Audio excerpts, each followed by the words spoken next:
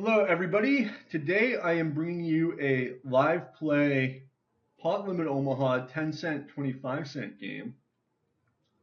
And I've pretty much just joined these tables. I played a few hands over there.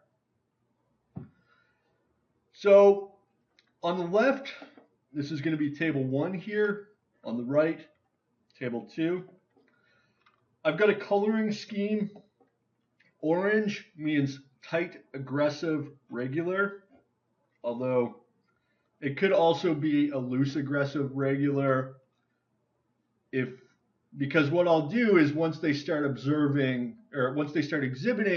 the traits of a regular, folding most of the time before the flop, not open limping, playing aggressively, what have you, I'll label them either reg or tag. And then if they're more of a loose aggressive regular and they're marked as a tight aggressive regular, I'll just switch it as I observe the stats. Loose aggressive regular could be 40-30 pre-flop raise and VPIP, actually VPIP and pre-flop raise, or slightly less loose and aggressive. This is a classic example of a looser player. An indication of a looser player is an open limp. Usually, more experienced poker players will raise or fold. It's not proof positive by any means. You'll see some tight players that very seldom raise before the flop. They play like a 20-0 style and just limp in, maybe limp re-raise aces or what have you. But generally, most of the time, I would say the majority of the time, when you see a player open limp, and especially if they repeatedly open limp first in, well, open limp means first in, but that's a sign and something you should pay attention to. Another thing you can do if you really want to read, I'm not going to do it right now, is you can search this player and go to their other table and then check out a few hands they played there, and that can also give you an indication. Kind of a nice spot here. Really good price because he min raised with a really bad hand. I'm getting 4-1. I don't think I'm going to call. This is just such a bad hand with the dangler that even with the great price, maybe I should call though. He's also sort of a little bit of a tighter raiser, over 66 hands, which is bad news for King, Queen, Jack 5. But I'm getting such a good price there, 4-1, that that maybe it's reasonable to call and then check raise gin flops, or I'm not certain by any means that fold is that the call would be unprofitable, that fold is the best play.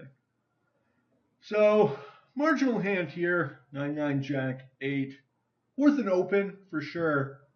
No real read on this guy. But I guess I'll flat in position. Nobody's really 3-betting too much behind me. And maybe I'll just flop gin, like I just did. So anybody bets, I'm just going to pot it up, get it in. They check, I'm going to bet. I usually bet around sort of 2/3 here, just as a standard. I like to bet a more consistent amount of the pot. I'm going to level my opponent here by jamming the turn, but he's not falling for it. I'm hoping that he says, well, if he has a boat, why would he jam? Why wouldn't he bet half pot? Maybe he'll put me on a draw and then call with aces. He didn't, but maybe, And I've only got one bet left, so. I mean, that 6 looks like it's such my card. I want to almost try to oversell it. So with this guy, VC33 leaving, this table is now very marginal. Most likely some reg is going to sit down, hunting HFV, and then I'll leave.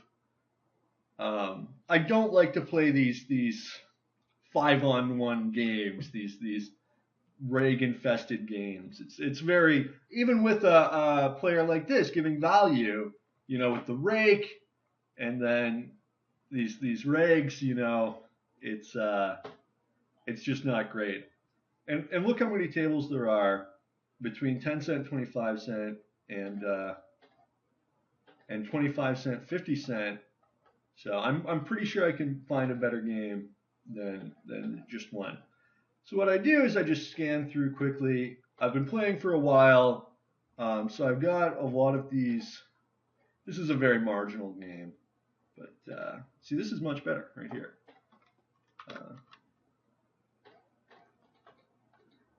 And I don't like to play too many tables at the same time. So for this session, I'm going to keep it to 2. I'm going to, this is great. I just folded 15, 16 hands in a row and quit. It might be my greatest poker session at this table here of all time. It's very important to be constantly game selecting, to search for great games, to quit marginal games, develop more sophisticated reads on your opponents. That had nothing to do with what I was saying. Anyway, you see that I bought in for the minimum, $20. And I think this is a good idea for a few reasons, okay?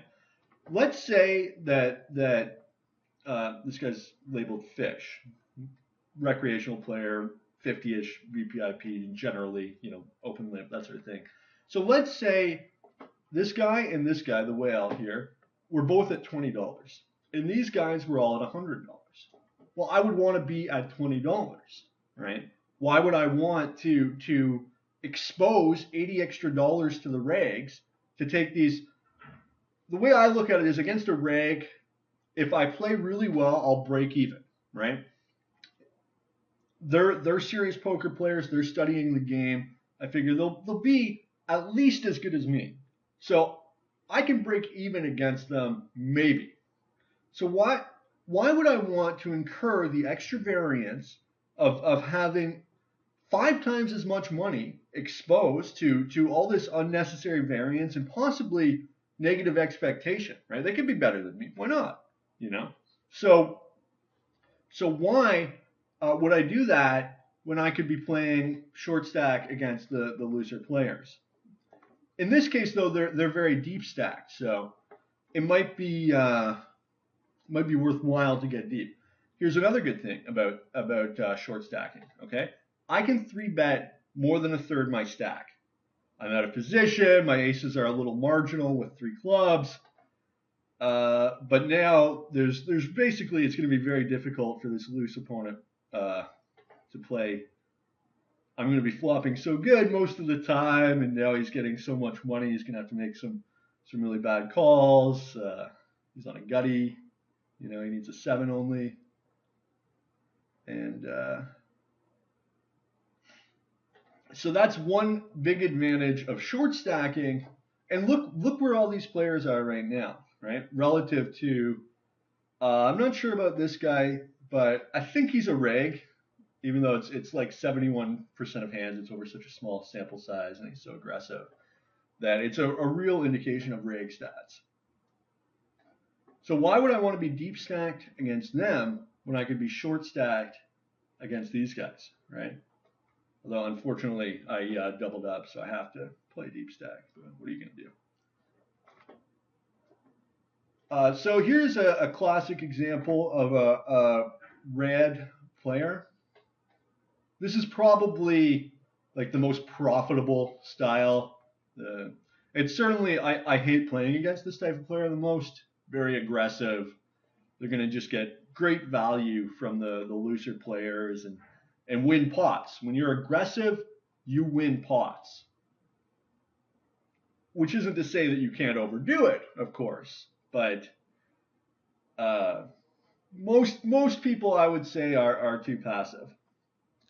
After Kabubi here limp re-raises, this is aces, 100%. Look, he's raised 3% of hands over a decent sample. He's 3-bet 1.6% of hands. This is aces. He limp re-raised. This is 100% aces here.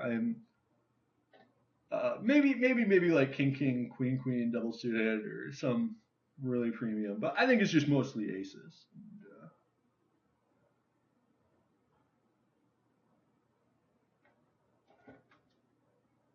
It's just up to Civetta to determine whether or not he's got the. He needs about 40% equity. He's getting about 1.5 to 1 to stack off, maybe slightly less, 41%, something like that. So basically, any like pair and gut shot there, he's got to get it in.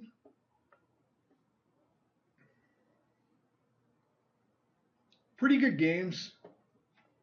This guy's shaping up to be more of a whale, which is a good thing, obviously. As is Julia, but we'll see. It's still kind of early. Doesn't really hurt to label them, I suppose. Again, again another limp re-raise. I think, unless King of the Sea was out of the hand. Yeah, I think it must. Oh yeah, he was big blind last hand, small blind, big blind. Another limp re-raise from Kabubi. So maybe this is his signature move, or most likely he just picked up aces twice in a row. I'm very confident he's got top set and he's shipping it in right now. This is just look at these statistics, right? So whether or not Civetta can call, Civetta's got to have an ace, right? And he sort of leveled himself into calling the flop, thinking he's got a king because of the last hand. But this is just three aces all the time. It's three fives. So it's important to plan based on your opponents. I'm not going to be opening very light with these two players behind me, this profile.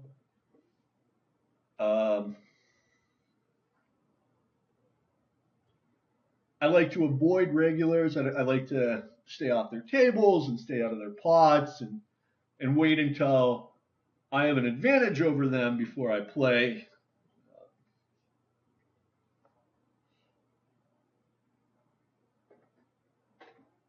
Uh, what else? What else? I like playing just two tables. I think this is a nice balance. It gives you time to. One thing you can do is reverse engineer hands. So you see there was a showdown this hand, and you just go back. You look at what the one guy has: Ace seven king three, three clubs, and then you look at how he played it. Okay, limped in, obviously.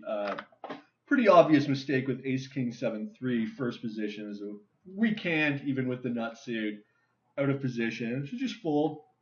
But I mean, we already know that he limps in with weak hands. This doesn't really tell us anything because he's 70% VIP, right? Maybe 15 to 20% are strong hands, so he's playing a whole lot of loose hands. And then we see that he flopped really good, right? Top pair, gut shot, nut flush draw. That's it. Well, obviously, we want to bet that. And is he going to check the turn or no? He bets it. Okay, so he's not insanely passive. Obviously, you should bet there 5-3 and 5-8. Pretty unlikely. You have a massive hand, even if he does call, and you have to protect your aces up, right? Get value from everything. And then sizing. Is he just going to put it in when he makes the nuts, or is he going to? He checked it. So that's kind of tricky, right? And then you make a little note, check river nuts with initiative. And it's good to just think about the hands. Actually, this is a reasonable spot, okay? The river check. You know, I didn't like it initially, but now you think about it, right? He's got three clubs in his hand, including the king, okay? So if Julia here might bluff, right? Although it's tough to see what other draw, maybe like 6-5 picked up and opened it on the turn with something, or no, it's an all right idea. Also very unlikely to have like a flop set. Probably would have raised that, which is a hand that could pay off a bet, right? Um, shouldn't have a straight, just calling the turn. So it's kind of a reasonable approach to check there. Obviously non-standard, but worth thinking about. And I find it's very helpful to just sort of look at the spots and the decisions your opponents made not only to try to gain some sort of understanding into how they play, but also to engage in the thought experiment of what if I had that hand in that position against that player, and sort of gain vicarious experience by thinking about situations and just questioning your strategies, questioning their decisions, and just really critically examining what happened. So I flop pretty bad here and just give up. I'm not I'm not really looking to try to bet these guys out of pots too much. It's not that I won't bluff against them, but it's going to have to be a pretty good situation for me to do so. Kind of a marginal open here from the cutoff. Not sure if I like it against these two guys here. Certainly capable of 3-betting strong hands. I flop pretty good, but the pot's almost getting too big here. I'm just going to bet it. And I think I have to check fold the river.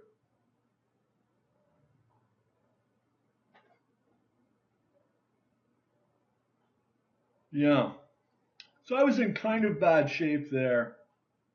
But I think you have to play aggressively against these very loose players. They call you on the flop, and it doesn't necessarily mean that much. They could have a pair or a weak draw. And you'll note that at least I was able to escape there a little bit. My opponent probably could have raised and made me pay more. Which just goes to show the advantage of playing against people that make mistakes. You don't have to know what mistake they're making to benefit from it necessarily.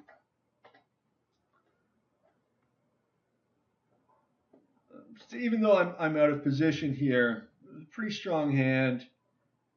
And I'm just going to check again on the flop. Pretty tempting to bet the turn. Certainly I could. I'm going to check fold because I think I can trust these guys enough.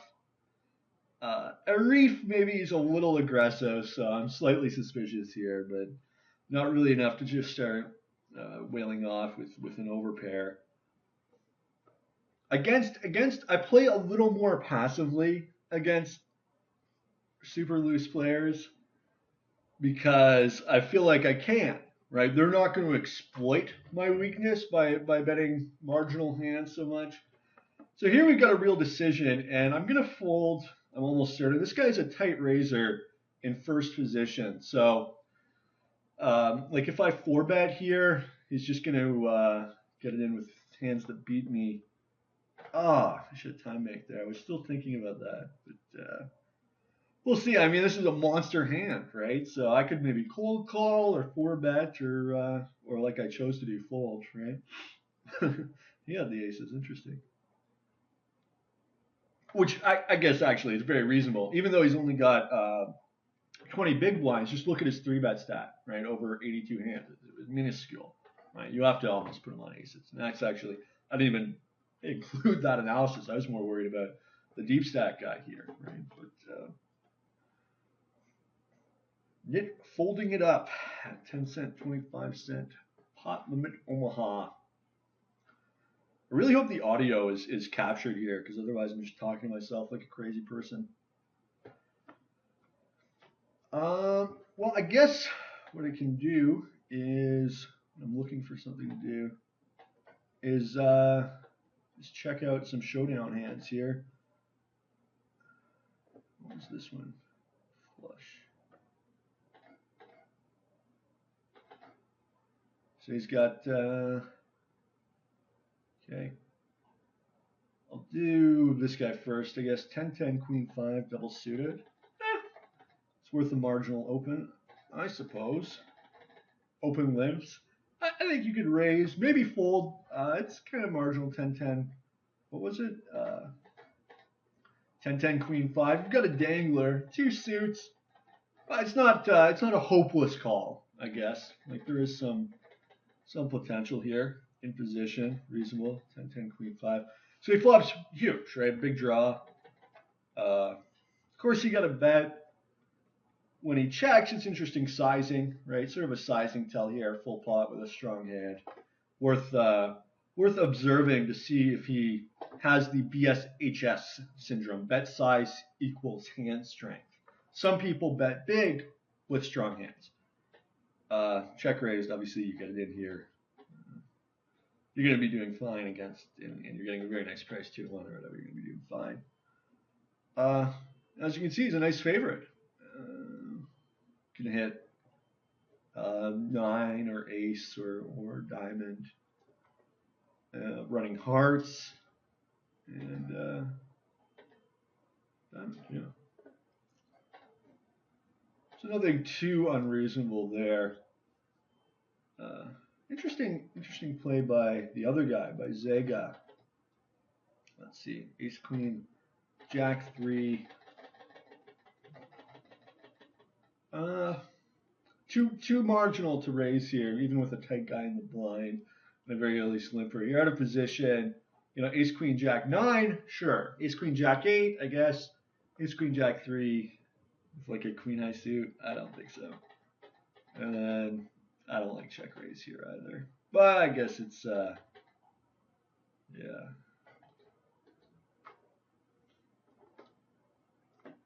Aces in the big blind. So let's say never mind. Question is, should I raise against this field? And I'm just going to check. Definitely could raise. I might check raise or check call, depending on the action, how aggressive the better is. I'm not sure I would check raise Julia. I'm not going to check raise Old Habits if he bets, because I want to induce some calls here. And of course, I make nuts on the hand I play super passively that I could have played super aggressively. I like sort of bigger sizing against looser players, just to try to extract. So played that hand, I guess, to get the absolute minimum there. And he had king eye flush, of course, so probably could have stacked him. But I think actually the check is reasonable in the big blind. Certainly I don't always check aces. If you see my table image, pretty tight so far. So they are going to play pretty well post-flop against me in position. And we're going to be pretty deep with like 6 SPR still. 3 streets to play.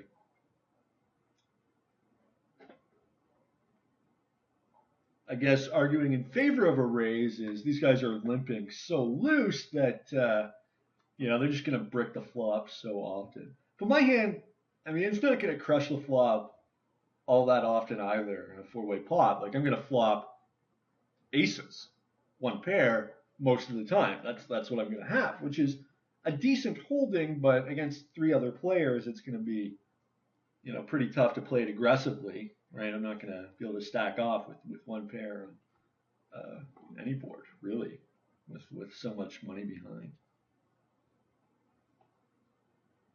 I mean, you have to be positionally aware, but you could still raise the aces at the big blind. It should probably be the standard play when people are limping in.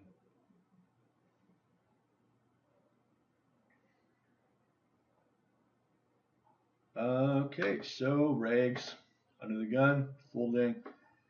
I guess I should think about stack sizes here. I could add on.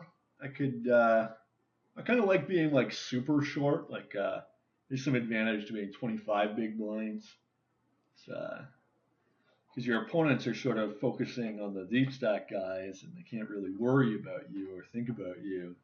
Your action's sort of inconsequential to them because they're looking to play like 200 big blind pots, right? That's their focus. That's their strategy as it should be. That's their proper strategy.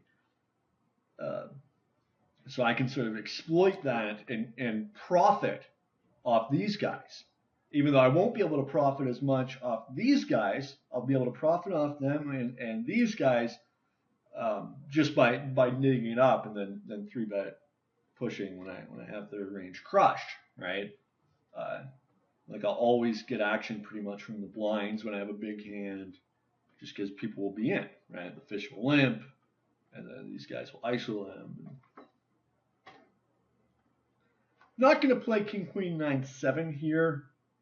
The 7's kind of dangling. You know, this is marginal. I am getting kind of a nice price, and I do want to play some pots with these guys, but the defect in the hand is just too glaring for me. So King Queen Jack 10, monster. You know, great hand. If this guy three bets, I'm just gonna call. Pretty tight three betting range. I want Julia in with whatever regs she's flatting. Nice move here by Julia, but I'm not folding, especially not once this guy goes all in. Let's check it out. Hopefully flop something good here. Not bad. He's got a wrap though, and kings and queens. Love it. Let's take a look there at my equity. See how I was doing. Actually, this won't quite tell the whole story, because what you're really looking at is there's a main pot and a side pot. But 23% for the main pot. Deuces and sixes here. One suit in position. The problem is my pairs are so small that I got position close. I think I could flat there for sure. I could. Phenomenal flop here on the left. Obviously, and this is the problem with being short stacked, right? You do flop gin, and now if he's got like ace-7 and the board bricks out, I can probably go 3 streets of value there, right? Against a loose player, even not like a whale, but just a loose player, a fish, right? He's probably not folding aces up. I mean, maybe on the turn I'll fold it. We'll fold on the flop anyway. So you do miss out on value. Look at these guys, right? They're deep stacked compared to me. You know, 120 big blind, 200 big blind. And if I'm full stacked, I could be stacking. You know, here what am I going to do? I'm going to double up $14. I'm going to make $20. Right? This is, you know, you want to win 100 or you want to win 20. But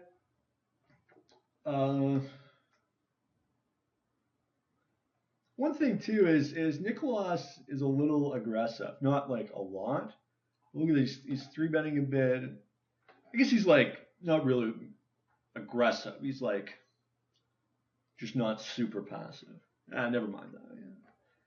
You know, and that three bet stack can be inflated. It's just over 56 hands. It's not that accurate, you know, because the situation doesn't come up that much. So, I mean, these two numbers indicate not like incredibly passive, but slightly passive, you know.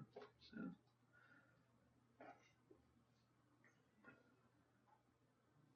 But the other thing too is the game's good, but it's not perfect, right? There's 3 regulars here. One of these guys could leave, right? Nicholas leaves, a reg comes in. I'm still profitable probably at 14.51. But my profit, I think, would be reduced in that scenario if this guy left and a reg came in, if I were full stacking, because now I've got to worry. When you're short stacked, you can basically play very tight and play only the pre-flop and the flop, and mostly just play pre-flop, right? It's a very simple strategy, great for beginners, effective, and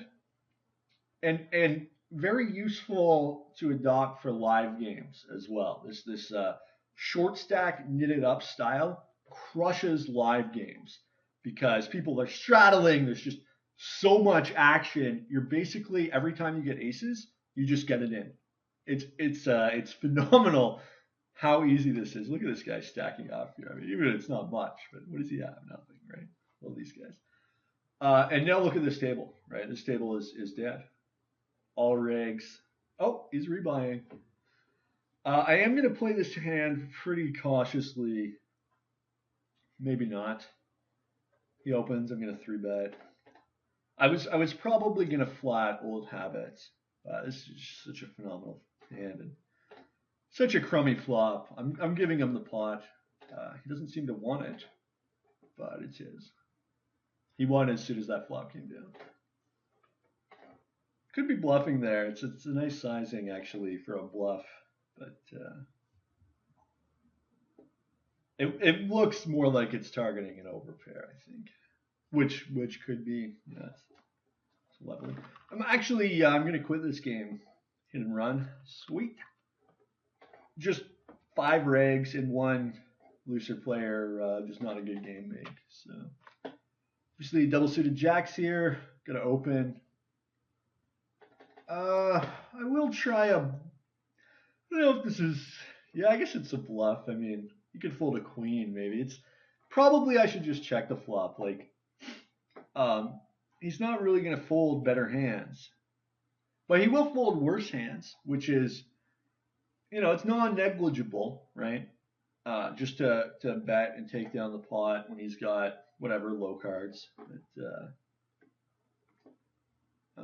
Pretty good hand on that missed completely. Pretty good hand on the button here, and I flop really good too. Flop pretty good here. I got the 2 blockers and top 2. I think if you potted it, I would just fold.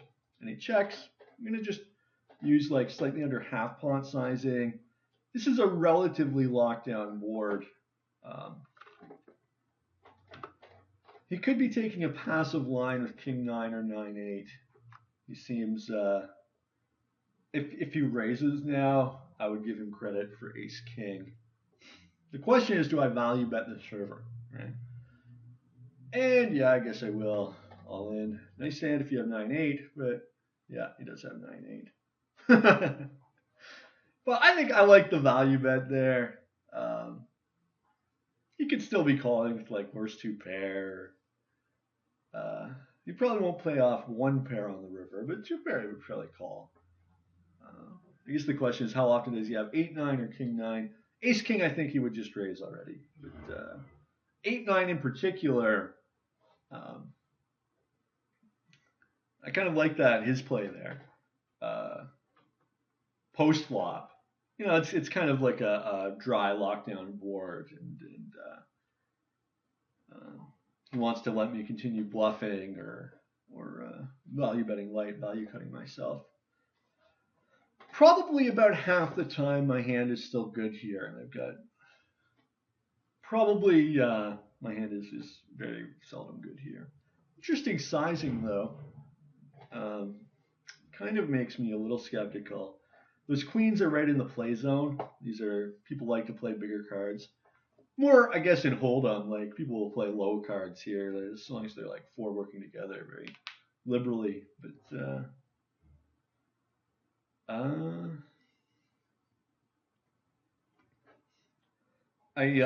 yeah.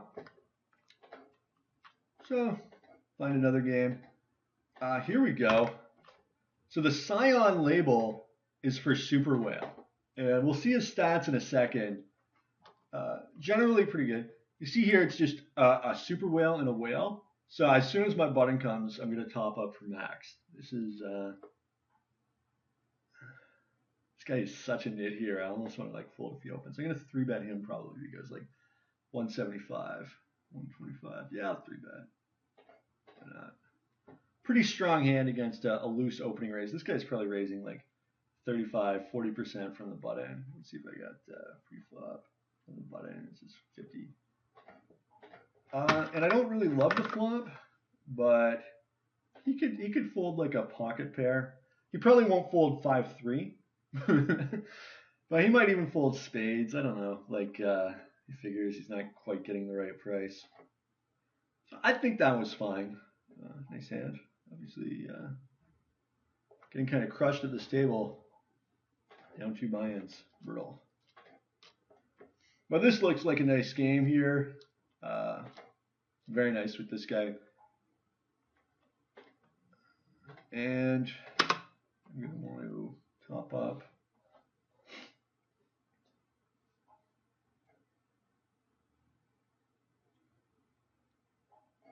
So actually, this guy is the Super Whale, apparently. Well, he's winning over 160 sample. So they're both Super Whales. So a Super Whale is somebody that plays every hand And look at this this 3-bet statistic. Just like super aggro. I'm gonna leave this table. I like to have sort of a loss limit, but more importantly, I just want to focus on this game, which looks phenomenal. And the ring just left. You know, this guy's coming in now. See, at 48.39, it means that he's been like hit and running a lot when the fish leave. He's forced to buy in for like almost max now, probably. Under the gun post, confirming the fish label. It's a phenomenal game. You know, these guys are just playing every hand. I'm in position on him. I have this insanely aggressive pre-flop player. I mean, he's 3-betting what? 80% over.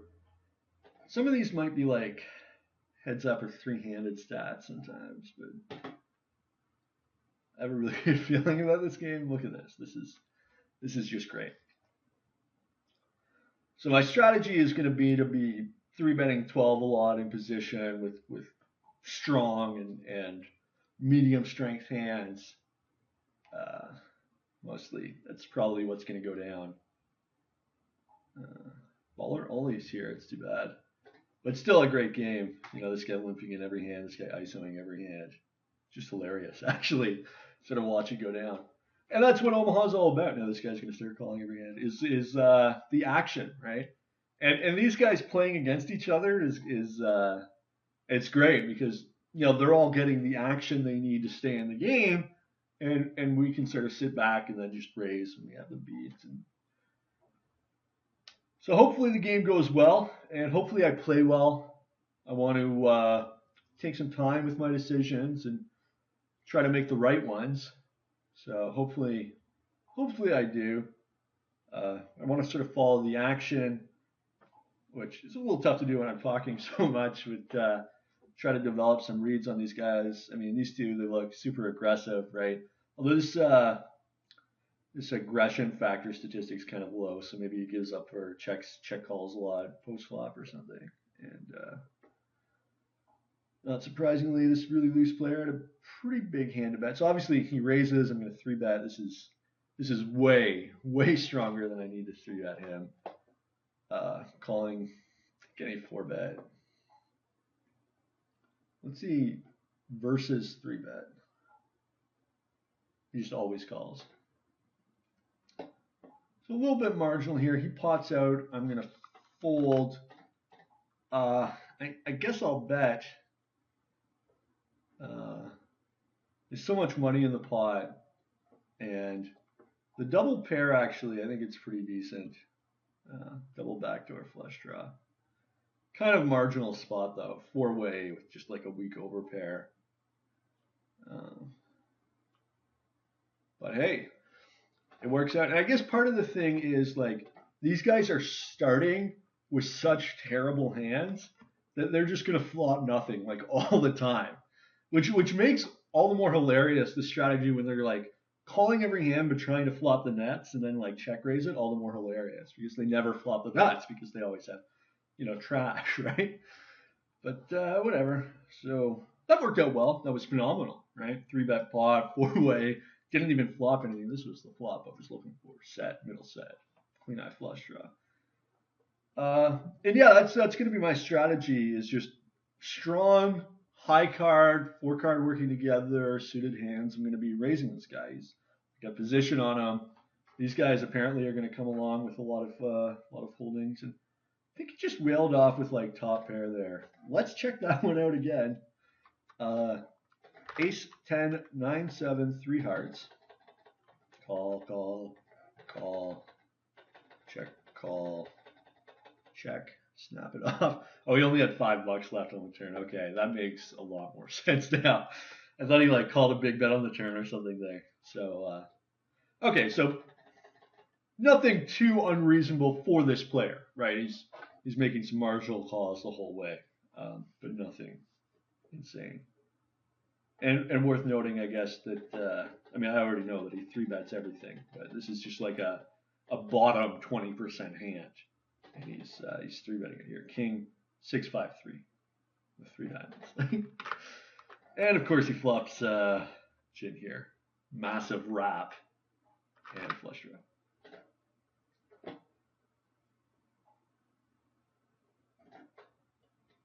Gator shaping up to be a very loose player as well. Calling practically every raise thus far. Bitcher here trying to rebuy. Unfortunately, his account seems to be on empty. And so Balder Ollie is a tight aggressive player. Ellen looks very loose aggressive, over 100 sample. This is probably winning loose aggressive stats. 100 sample doesn't tell you much, but up 100, pretty good indication anyway. A little bit weird that this guy's winning, but I guess it's not much either. One buy-in over so many hands. Very easy to run good, I guess, over 165 hands. And he's aggressive too, right? So that helps. You know, you play 100-0 style, and it's much harder to win. 99-88 over a short sample, probably not that hard to win. I don't think anybody could win with these stats in the long term, no matter how good they are, unless they've got some sort of edge, right? If they've got like a Trojan on their opponent's computers or something. Obviously, you can do whatever you want, but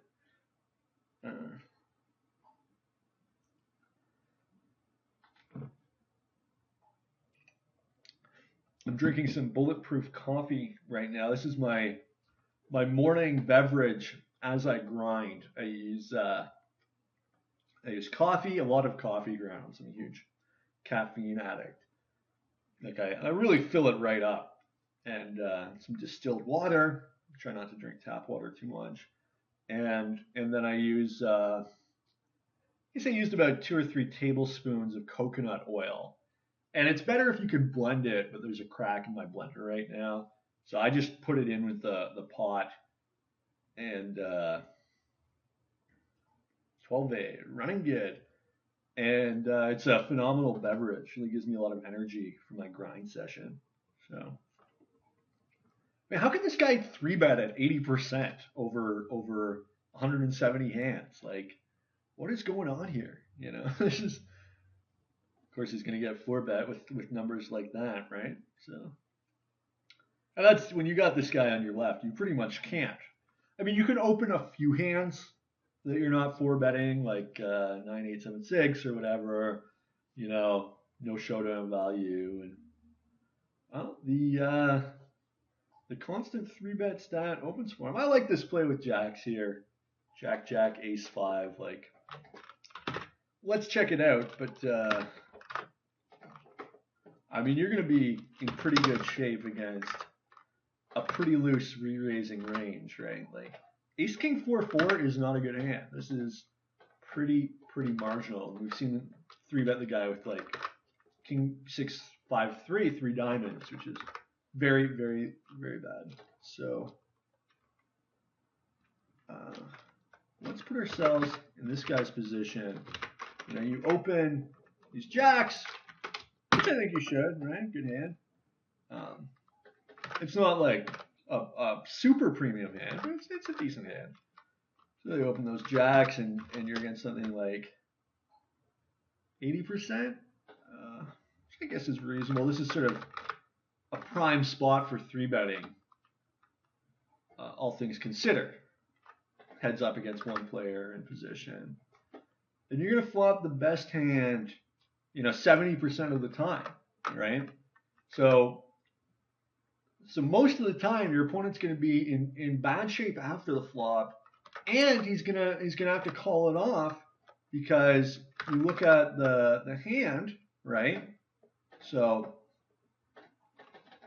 he raises, he 3-bets, he 4-bets, and now he's getting better than 2-1, right? So anytime he's got 33% equity, got to call it off. So by creating this massive pot with a worse hand out of position, he's creating huge problems for himself on the flop. And although as the case turned out, managed to catch pretty good. Ace King 4-4, not really an example of the type of hand you want to play, even with a nut suit. They say 2 good hold'em hands do not 1 pot limit Omaha hand make.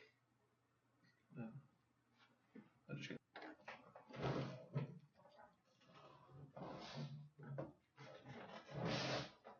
Yeah, game's phenomenal.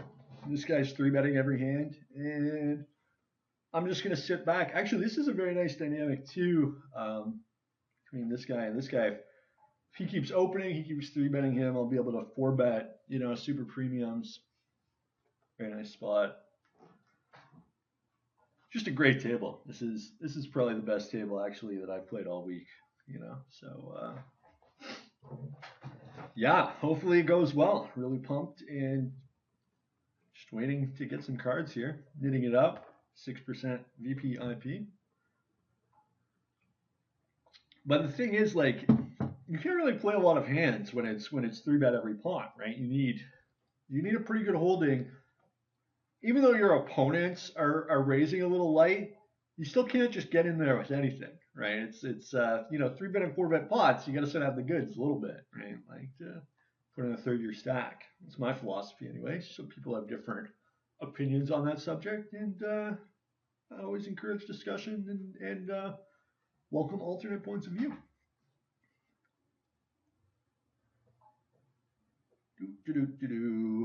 La-di-da-di-da. You never get good cards. This is why people play like 12 tables at the same time. You could wait your entire life to get a hand in poker. Rags it constantly. This guy seems to pick up a lot of hands that he likes. 80% VPIP, calling out of position. All now getting in there. I guess he figures these guys are playing everything. So and he's getting good odds, right? 3-1. 3-1? Yeah, 3-1. So why not, right? Call something. You probably play, I think, a decent amount of hands in that situation, even though your position, absolute position's not that great. Well, I think you could probably play a lot of pots. So let's talk about 12 eyes betting range here. Yes, he's a maniac, but look at this aggression factor. It's just not that aggressive. So I'm thinking like sets, aces up, and a straight on the turn. Maybe the odd bluff. And he did have the nuts on the turn. Nuts on the river just called. Not sure if I like that play. Although actually, I'm not sure the exact details on the Stars rake, but it turned out he did do pretty good there, I think, by calling, since I don't think a $40 pot maxes out the rake. Maybe it does. I don't know the exact details, but he would have actually lost like a few cents by raising probably. But that's the thing, right? It's very likely you lose a few cents, and slightly possible that you win like $20 by raising. So, I mean, very unlikely, right? Maybe 1 in 100. So that's 20 cents. You're not even that unlikely that somebody calls you with like a set or two pair or whatever. River two pair, maybe, who knows? I don't really follow the action here. 3-bet pot, 4-bet. I gotta stop talking and start listening to my opponents. And they're trying to tell me what they do. You gotta really, you can't rely on the statistics alone to do your work, right? You can't let a computer try to do your job here. This guy Vitro really just throwing it in with anything there. Let's check that out. 10, 9, 5, 2, 3 spades. This is like, aside from trips in your hand, I can't imagine a worse hand. Calls. Okay, this guy 3-bets, obviously. That's what happened. I mean, 3-bets every hand. So 81%. Call. Look at this, like 10, 9, 5, 3 spades. I don't know what you think is going to happen there. But a pretty standard turn bet. Maybe you could raise the flop. Call's not too bad. I mean, your draw is very marginal still. And if you hit the turn, you can bet it.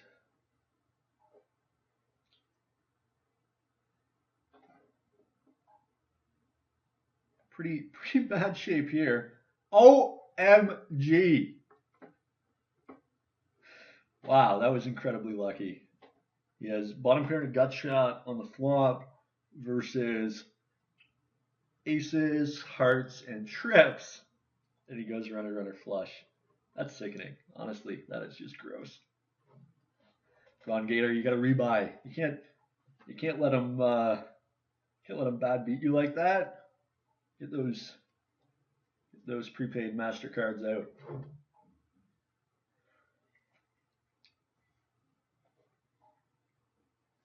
What would he be potting on the flop there?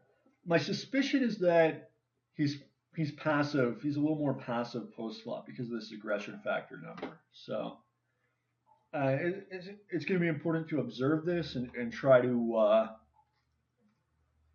confirm it. I don't really have much of a sample. Where's that one hand? We had the nuts from the turn. That's about it. But I suspect that he's the type to check when he's weak and bet when he's strong. Um, Straightforward. Right? So for example, here on the flop, ace 9-9, he had air, total air, didn't bluff at any point, just checked and gave up. So that's another data point leading me to the conclusion that he's pretty straightforward after the flop. But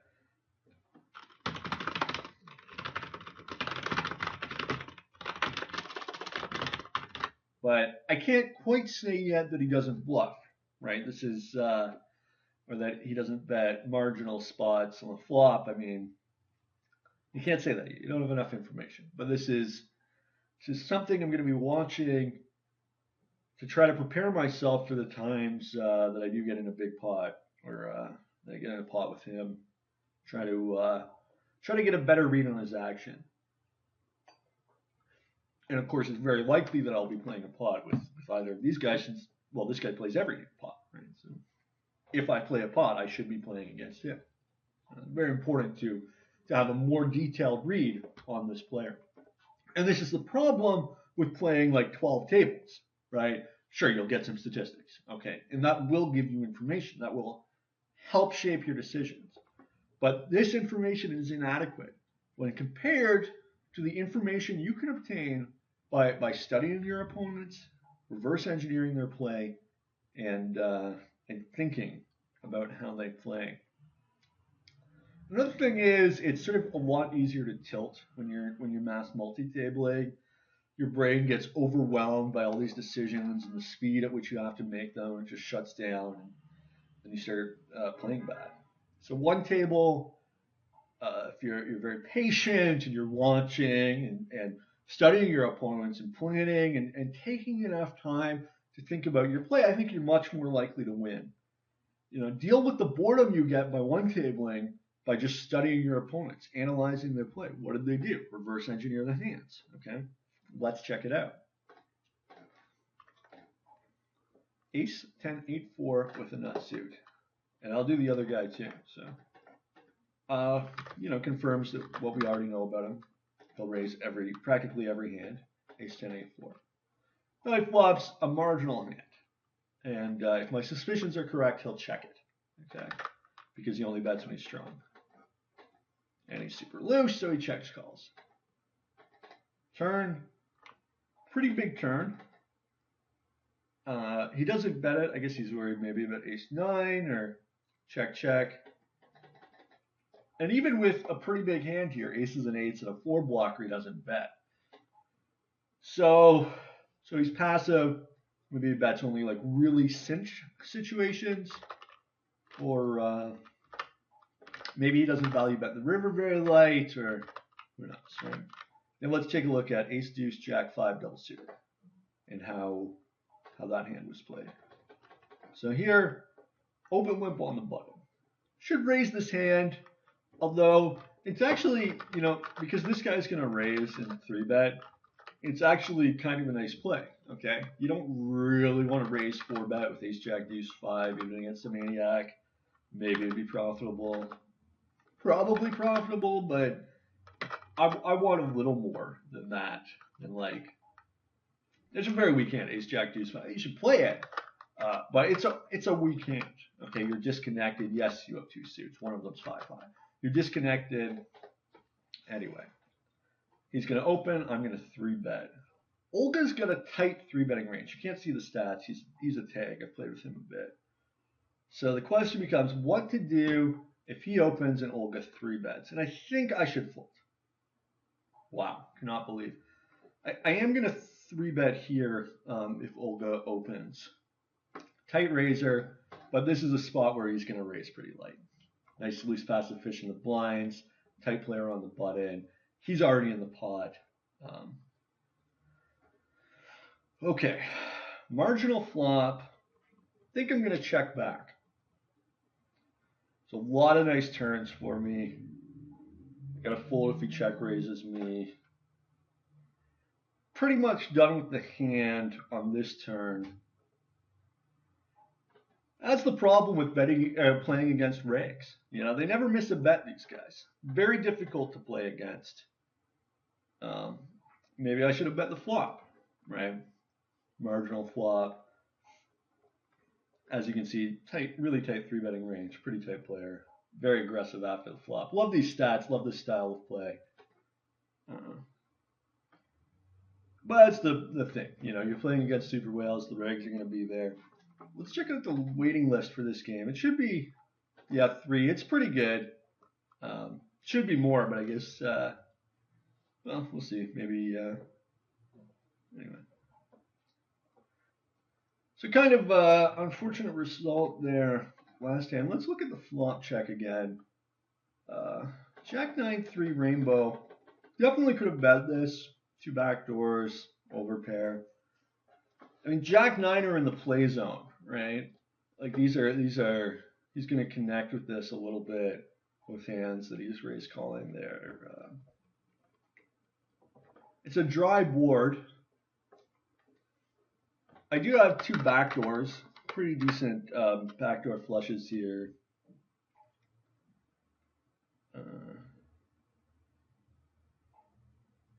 Yeah, I don't know. I could maybe bet fold, or I don't think I can bet get it in. I don't think he's going to check raise here with like ace jack deuce deuce or something. I don't think he would probably even open that hand.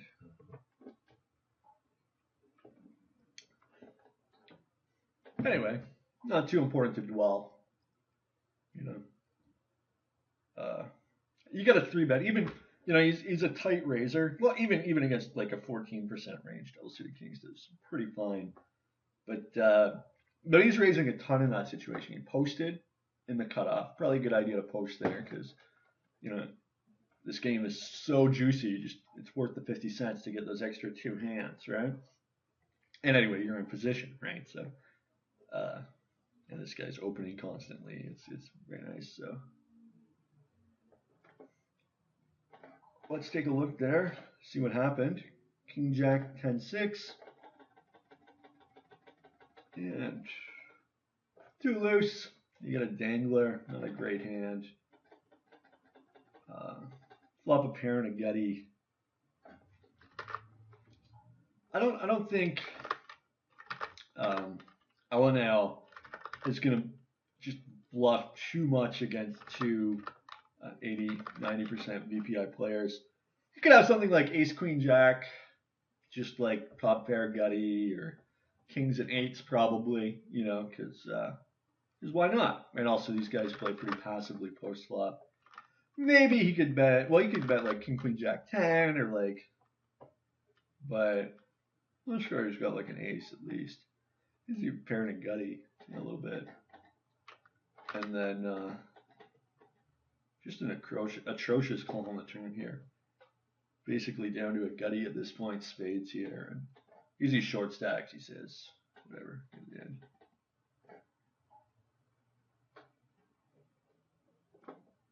Vitro now on his like 5th buy-in. Well, what can you expect, right? He's like a very passive, extremely loose player. This is the worst style to be, the best style to play against. You're going to be calling down with an underdog hand and winning no pots without showdown because you're not, you know, you're only like betting or raising the nuts, right? So how do you win with that style? You don't, which is why you select these guys. But actually, I even like this profile more to play against, right? I'm going to play big pots against him when I have a monster and he has regs, right? We're gonna get it like a committing amount in pre, and then And then what's he gonna do? And he's deep stacked, right? So potential to win like a big pot or even a really big pot if a reg gets trapped in between us or a cooler or a reg or something. He's calling down with basically a gutty to the 9. He picks up open-ended on the turn. Pretty phenomenal call down there. Just really going for that gut shot. I noticed that Beecher actually opens fairly wide as well. Equally passive after the flop. I guess maybe they've got like no choice but to be so passive because they are so loose that their hands are always so weak. Like you can't play air aggressively, unless very rarely, right? Very rarely it's good to play air aggressively because then your opponents are going to think you have it and they're going to fold. And even if they call, it's going to increase your image and it's good to play it once in a while, but you can't do it like all the time. These guys always have air, so what are they going to do? Check and call or check and fold? Take the odds. Because when you raise, you're decreasing the odds for yourself. If the money goes in, right, you're getting now 1.2 to 1 instead of 2.5 to 1 or whatever. You gotta have top and bottom running into a top set there. Gator really making a half-quarter comeback. Vitro now down, wow. Well, that's not over. It's not all at this table, I don't think, but not doing too well over there. 12i, it's a good idea just to keep an eye on the stacks too. 12i sort of falling down a bit after he won a couple big pots there. He was at like 150, so he dropped a third of his stack. Because psychologically, this is going to impact their play. People that are losing big pots are going to play looser and more aggressively. People that have been winning a ton, I'm not going to call here. I mean, I would have called 150, but I'm not going to cold call even with this very nice hand and a loose opener and, of course, insane maniac 3-better. For sure, I do very well against here. But I'm worried about a 4-bet, right? He knows he's getting 3-bet. This guy's 80% 3-bet. He knows that. He's opening, planning to 4-bet. That's why he opened. Maybe once in a while he'll just call. He's got like Jack 10, 9, 7 or whatever. No showdown value. Great hand. See the flop. And probably he missed the flop. Probably he would have laid out if he flopped anything big because this guy's so passive. 6-7, maybe. Not sure what that river bet means. Maybe it's a bluff, but certainly you could have 6-7 3-bet. You could have anything 3-bet. He always raises. This guy just pure action incarnate before the flop, and then after the flop, he just shuts down. It's like, well, he's still action because he calls everything, but this is sort of like it doesn't make sense to me. It's like a schizophrenic approach, right? If you're gonna be aggressive, why wouldn't you be aggressive post-flop as well as pre-flop? But I guess that's just the way his mind learned the game, right? What's the matter? So the action raise 3-bet. Olga very tight 3-betting in general. Probably adjust in 3-bets a little more than like super premiums against this guy. Maybe not. I mean, probably he's got like 2 big pair or something here, right? Aces and 5s, which he'll check, or maybe he's got like a 5 or could have an 8, maybe. I mean, definitely probably doesn't have aces when he haunts the river like that. Aces he would just snap check, I think. Maybe some sort of like queen 8 or I don't know, queen, jack 8. I don't know. Same action again. This guy opens. Olga 3-bets. Gator probably cold calling pretty wide here.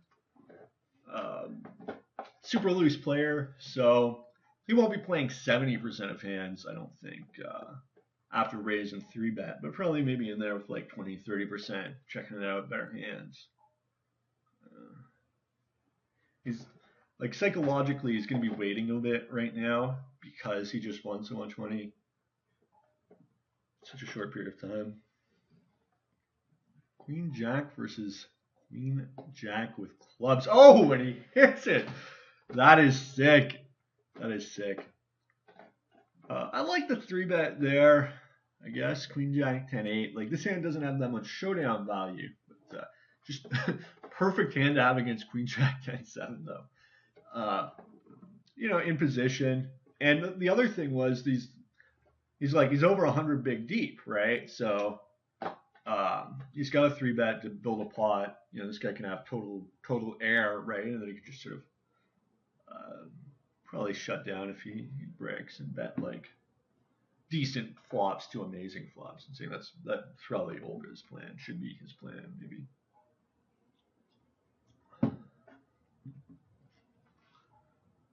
Nice win by him anyway.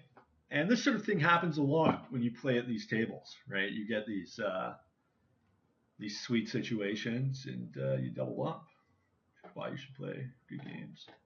Beautiful situation here because this guy 3-bets so much, and especially after having lost like $100, I think it's just going in 750 every time, right? Like he's tilted. I'll probably get Beatro's action too. He's stuck so much, he's not seeing straight. And it's a perfect situation. Heads up, monster favorite. He's got like a Badoogie hand. Flop's pretty good. Turns the nuts. Well, second nuts, nice hand. Yeah, not much, you can do there. Might top up on my button. We'll see how 12-eye lasts. I want to get deeper with Gator, and he's got 95 or something, whatever. He's got a decent 90. Got 90 big here. And it's important, you got to be, psychologically unaffected by the bad beat. Not even a huge bad beat there, 2-1. You're gonna lose 2-1 all-ins all the time, right? So just can't let it affect you and don't dwell on it. The hand was perfect, right? That was exactly what I was waiting for because this guy 3-bets so much, right? I want to open, maybe get a couple loose calls from these two whales.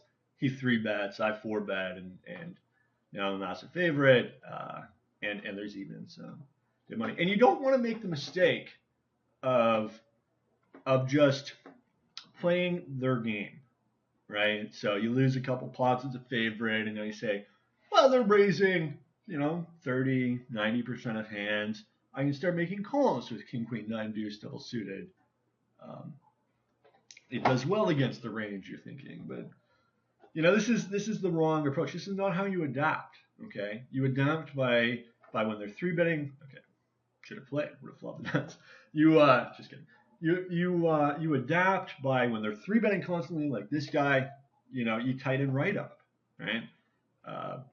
Because if you're gonna open even like a decent hand, people know he's gonna 3-bet. They can trap you by flatting. And now what are you gonna do? You're gonna fold to his auto 3-bet. You're gonna call and get flat 4-bet or. And especially too, like that exact situation after he just lost a massive pot. He already 3-bets like almost every hand anyway, but he's just 3-betting everything there. He's like, screw it, put it all in and express his rage and frustration. So yeah, I probably won't top up because Beatro's gonna win. Maybe I'll chop. Oh, pure air bluff. Now I am going to top up, absolutely. So that was interesting. Good to know that Beatro is capable of bluffing. Let's. I like to just look at one hand at a time. 6, 6, 3, 10. 3 diamonds. Guy plays it to a raise. Shouldn't do that, but that we expect, right? He plays every hand. 3-bet. Here he probably should call. 6, 6, 3, 10. He's just getting 7-1, right? So Maybe it's still not enough. Actually, I think I would fold 6-6-3-10, even 7-1. What are you hoping to hit? 6-6-3-10. And it's checked. Now he tries to bluff 3 players. Generally, you should not try to bluff 3 players. Now it was looking like everybody was weak. He was attacking weakness, which is a good idea. Here I plan to raise and call if he 3-bets. Very nice hand, but not much as far as showdown equity goes. And now my nit reputation is coming to save me now. He didn't like getting 4-bet by aces last time, so he's not 3-betting me now. I flop nothing. I'm not going to try to bluff these rails. Maybe I can win by checking at river here, Jack Queen. Sweet. Nice defend there. 9-8-7 deuce rainbow. Good hand for the straights. You know, why not? Vitro trying another rebuy. Maybe the 7th bullet is the charm. Good to know that he's capable of bluffing and bluffing in multi-way plots. That doesn't mean he's always bluffing.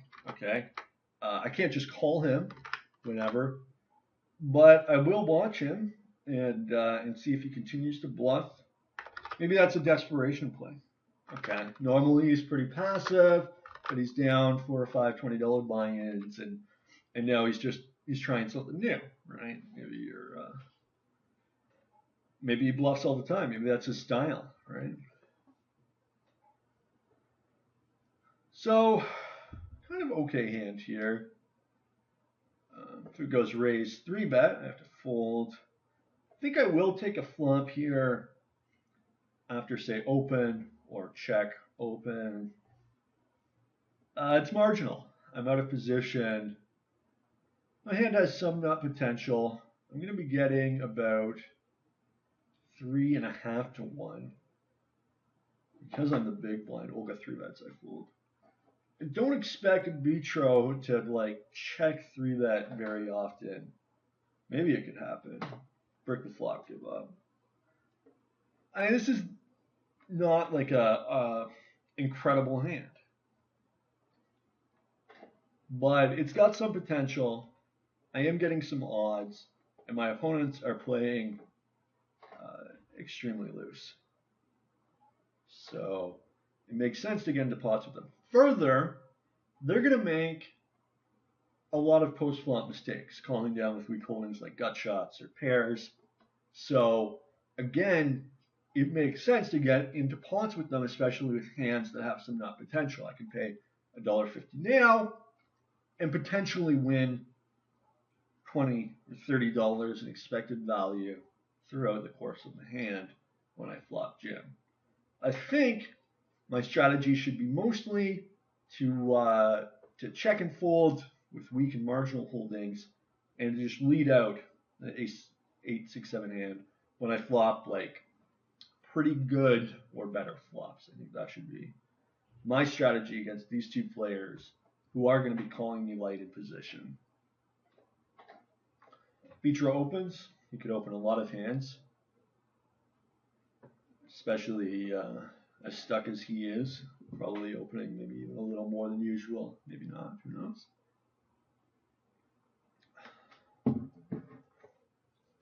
Let's check out that last hand. See, Queen 8-7-4 for Gator. I think this is just slightly too marginal, but double suited, a little connection against the guy who's raising every hand and the guy who's limp calling every hand. It's probably, I think, pretty break even. Who knows? Flops, I think a flush. Checks it. Does he have a flush?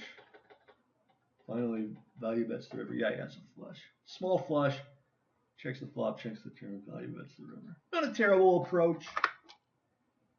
I think I would bet the turn small, like less than half pot, and then bet the river like third pot maybe. But I like his approach. Post flop's not bad. He does have top and second also. So something like 3 2s is in very bad shape. I mean, these guys are just so loose that you should probably bet. Even this are weak strong hand. Little min 3 bet by Gator. Obvious aces here. Hoping to get 4 bet. Not going to happen.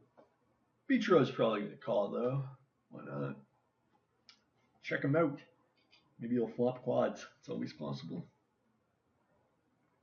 Let's see. I think he was, yeah, versus 3-bet call, 3-bet 100%. Gator flopping top set, checking in.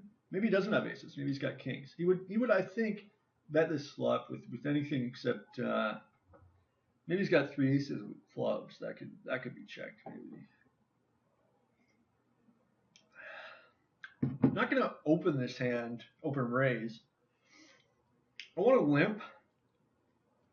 Then if like Ellie, I want to limp. I'm just gonna fold. It's nice. It's connected. It's right on the margin of playable. Beachro hasn't been 3-betting a lot. Most likely we're going to get to see what he 3-bet with. Very useful to know if he's 3-betting light, if that's his mood. He's just saying whatever, you know, I'm pissed, or if he actually has the premium hand that his statistics indicate he could have. Vote here by 12i. Pretty sure he checked the turn with it. Let's see. Queen deuce 5-4. Raise, cold call. Shouldn't cold call there, I don't think. Should call here. Bottom 2 and a gut shot, getting a phenomenal price. And then he does check the turn. So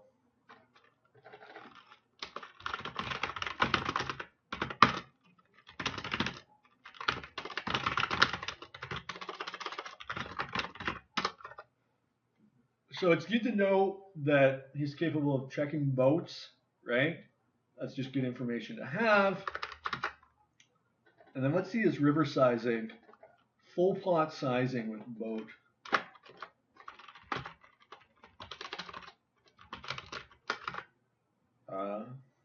Also important to note, slightly larger boat there. Did not get the call.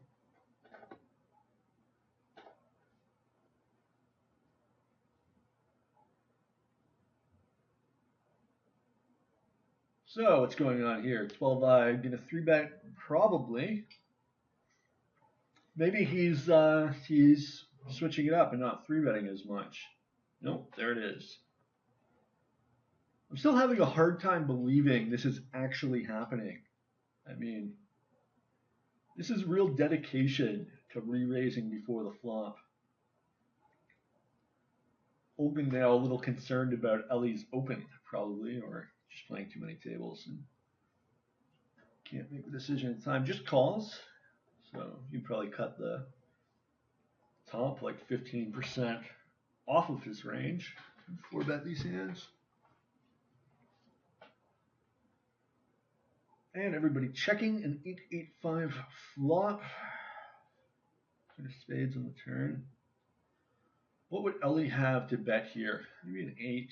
He could have tried to check raise an 8, although he probably shouldn't because these guys are so passive and because the last to act player had the initiative. Shouldn't usually check raise too much in that scenario. Beachro betting the turn. Could be bluffing again, right? He showed a bluff earlier, but let's see. Queen 8. No, not a bluff. Remember to self. Do not draw to flush on a paired board. 12i, gonna ISO to 2.25 here. Is my prediction. No, he folds. Wow, that's a 1 in 31 shot right there. Maybe even less in this exact scenario with like another fellow super whale limping in.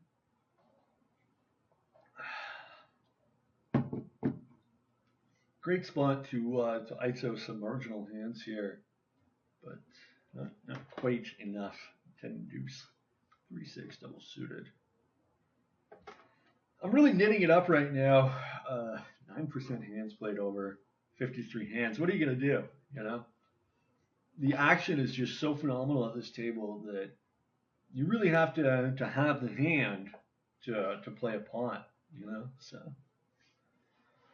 just trying to be patient and not tilt and try to focus on what my opponents are doing and really try to study them. I'm liking the energy I have from this bulletproof coffee I was talking about earlier. Bulletproof coffee again, black coffee and fat. I use coconut oil. Butter is also very nice. So before I coffeed up in the morning, I tried to play and I was just like a little frustrated and not feeling it. Couldn't get a good session in, so I quit. Which is important. You know, it's a mistake to think that you are. It is a fatal mistake. It is absolute hubris to think that you can always play. And this is not a mistake you should make. Okay, so you have to be very critical about yourself and your own emotional and psychological preparedness. You have to whenever you feel like don't play. The game's gonna be there, you know. And when you're inspired, when you're watching, you're in a phenomenal game, get in there, you know. So let's check that one out. So I was ranting. King Queen 4 8. We'll start with him. One suit. A little light to open this under the gun. I didn't even think about playing loose queens. I mean, so marginal. King Queen 4 8. Gator 3-betting. Maybe not just aces here. Who knows how much he's 3-betting really? I mean, he's not that passive, but probably pretty strong hand anyway. And we'll never know. Queen 4 8. So king high flush draw here, basically getting about 2 to 1. So you know, what do you put Vitro on? He's got to be on like a 9 or like, which maybe he could be because look at how much money is in the middle, right? With like 1 SPR, you know, how light is he going to be shoving? Well, on the turn, of course, getting 10 to 1, you could call with just the king queen, right? Forget about with the king high spades. And then now the question is, well, it was going to be, does he start 4-betting now that he's stuck so much? Probably negative in, no, down to 23 profit. Vitro's still a long way to climb back. That might be very good for the game, actually, Vitro stacking 12i. Although Vitro might get even in his mind and quit too. So let's see. Let's see what happens. Oh, there was another hand I missed while I was looking at the last hand. I'm always playing catch up. So Ace King 9-3, 3 clubs. Open limp. Okay. I think I just fold, especially with this guy behind me, Ellie now. Not wanting to play pots with him in position on me.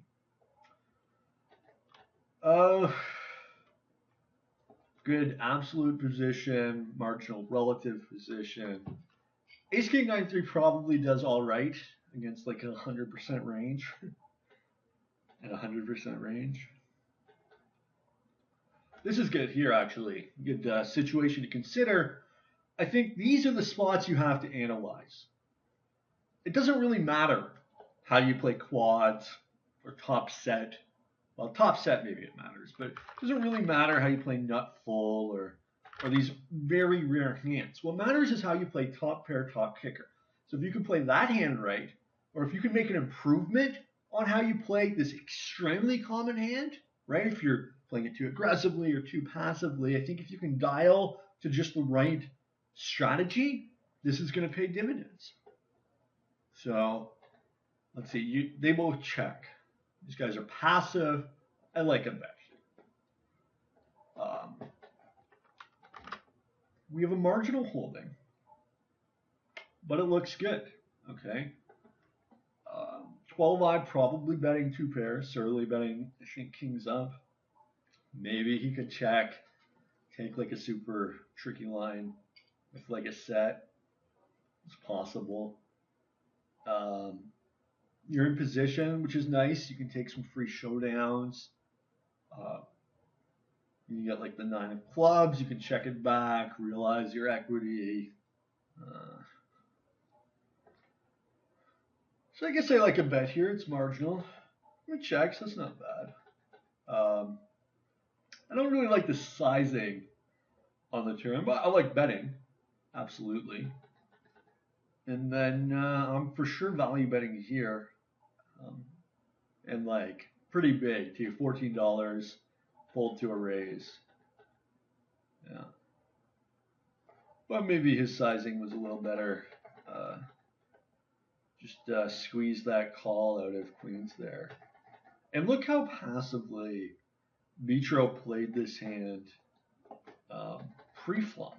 Queen, queen, jack 10, double suited, and you've got a late position open limb. You know, that makes no sense to me that a guy who could raise 34% of hands wouldn't raise that hand. But it just goes to show these guys make mistakes. They raise hands they shouldn't, and they call hands they should raise. And that's where your profit comes from in poker. Okay? Playing against people that make mistakes, finding the tables, figuring out what the mistakes are, and then adapting. Playing catch up again. The great thing about this game is every hand's a showdown.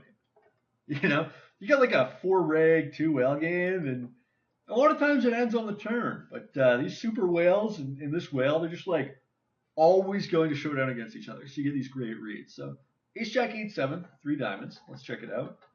Pretty marginal hand, but you do have some connectivity in that suit. I see a call here. I think a call is profitable. I like a call here. He's playing 100% of hands. You have the button. You don't really want to 3-bet. You can still get 4-bet by these guys or this guy. This guy's 4-betting you is very scary. Okay, by the way, even though he raises 84% of the hands, I've never seen him 4-bet over.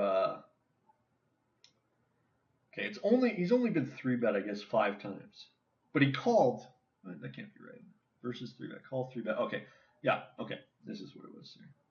Yeah, he's been 3-bet 24 times and he's called 100% of those times. So probably he's only 4-betting aces and he never had aces. Or maybe he's calling aces to 3-bet. It's possible too, right? But so this guy 4-betting you is like very scary. Maybe only like premium aces.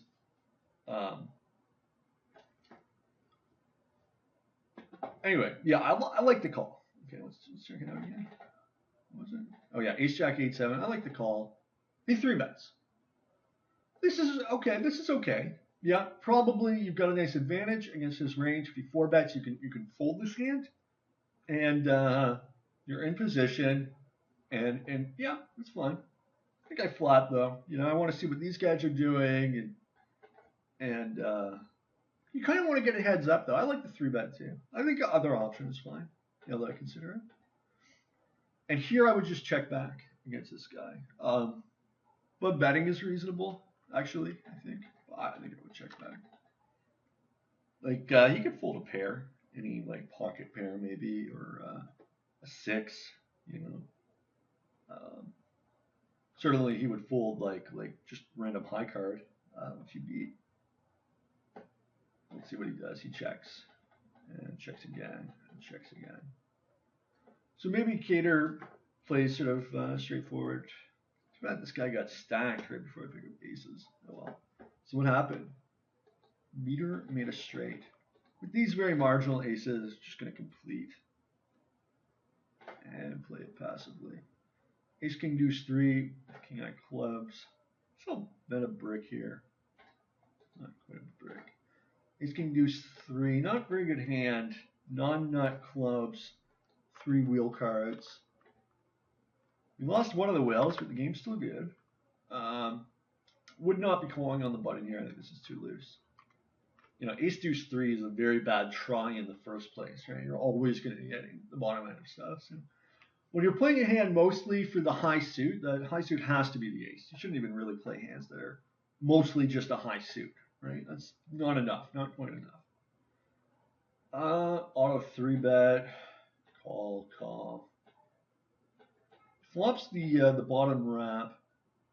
And probably you can call here. I mean, he's not going to have 6-7 very often. So why not? And you're getting a nice price. Plus, like, I don't know, ace or king could be good, right? King's good. And I will open these jacks, you know. I'll probably keep playing with the super whale. Even though, I mean, a rig's going to come. All right, I'll quit. I've been playing for a long time. I'm stuck. The game is good, but not phenomenal. I'm a little bit frustrated. And I want to upload this video. So I'll quit now. It's been a good session. I will wait for the big blind. I don't do that if it's all rigs. There's no point. But the game's still profitable as long as the super whale is here. So I will try to squeeze those last few cents out of the free hands I played for. I will be playing pretty super tight, just to be unexploitable during these last hands. So I can 4-bet pretty much if I'm 3-bet. All in all, a great session, honestly. I lost. I felt I played pretty well. Got in good the one hand. Great game, you know. And yeah, I'm happy with what happened here. You know, I would have preferred to have won, obviously. I guess I can skip the last hand. So hopefully you enjoyed the video. Please, if you have any questions or comments about any of the hands, if you have any criticisms about my thought process, I would love to hear it. And you know, please feel free to share the video on social media.